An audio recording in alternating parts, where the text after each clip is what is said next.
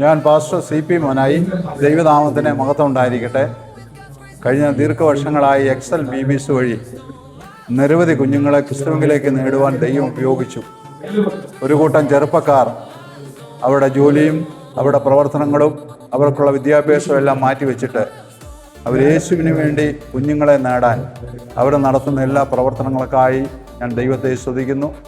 പ്രത്യേകിച്ച് 2026 തുടങ്ങുന്ന അവരുടെ BBSൽ ദൈവം അനുഗ്രഹങ്ങൾ നൽകട്ടെ. ധാരാളം കുട്ടികൾ യേശുവിനെ അറിയുവാനും യേശുവിൻ്റെ സ്നേഹത്തിൻ്റെ ആഴങ്ങളെ ഗ്രഹിക്കുവാനും ഇടയായി തീരട്ടെ.